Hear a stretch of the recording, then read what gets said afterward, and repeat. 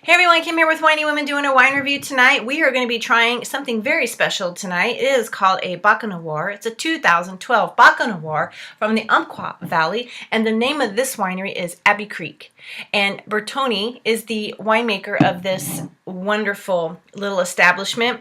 They actually grow the grapes up in the urban area of Portland, which is really kind of cool. It's I think he said it's on the streets are Germantown and Kaiser, so it's in a regular area, and they've been growing those grapes since 1981, and they were just doing it for farm deferral purposes. And so in about 2006, Bertoni is actually the son-in-law of Robert and Sandra Simmons, and he decided, let's make our own label.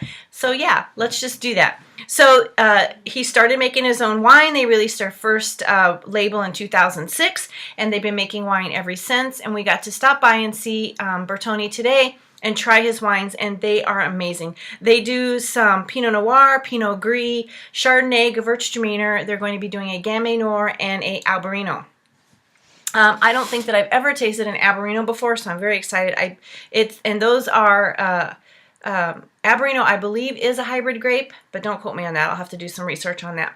Right now, they only do between 500 and 700 cases. They want to stay small, and their wine club is capped at 50 for now. So if you want to get on their wine club, you might want to put yourself on the wait list. This Baco Noir was $30 at the winery. So if you want to give it a try, I highly recommend you go down and you taste. They are only one of maybe 5 or less people that make Baco Noir. The only other one, the first one here in Oregon that made it was Garnet. I believe that's how you pronounce that, Garnet or Girardet. And they make a couple of Baco Noirs that I have tasted, and they are amazing. So we're going to have steak tonight because this is a big wine, and we want to pair it with a big steak. So let's go ahead and get started.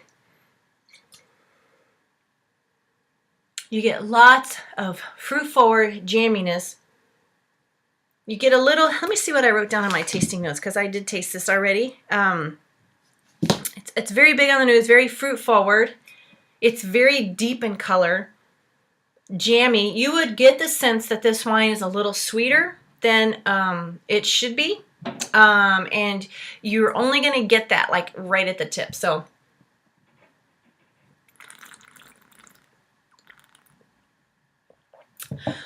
right at the beginning, you get some floral, you get some vanilla, you get big ripe black cherries. Just this intense pow right at the tip of the tongue.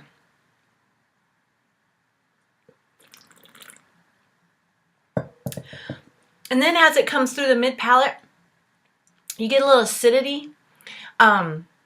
And it kind of lets you know, hey, I'm here. I'm going to sit here and play for a little while. And the finish is very, very nice. It doesn't just drop off, because all those flavors, they like to hang out at mid-palate. So they're hanging out there, and they're just kind of dancing around a little bit. It has a very long finish on this wine. And this wine, at the beginning, is going to give you that quick sensation that it's sweet. But then as soon as you move it past the tip of your tongue, you're going to realize that it's not a sweet wine at all. So here is my challenge for those of you who don't like red wines. Oh, and this is not dry.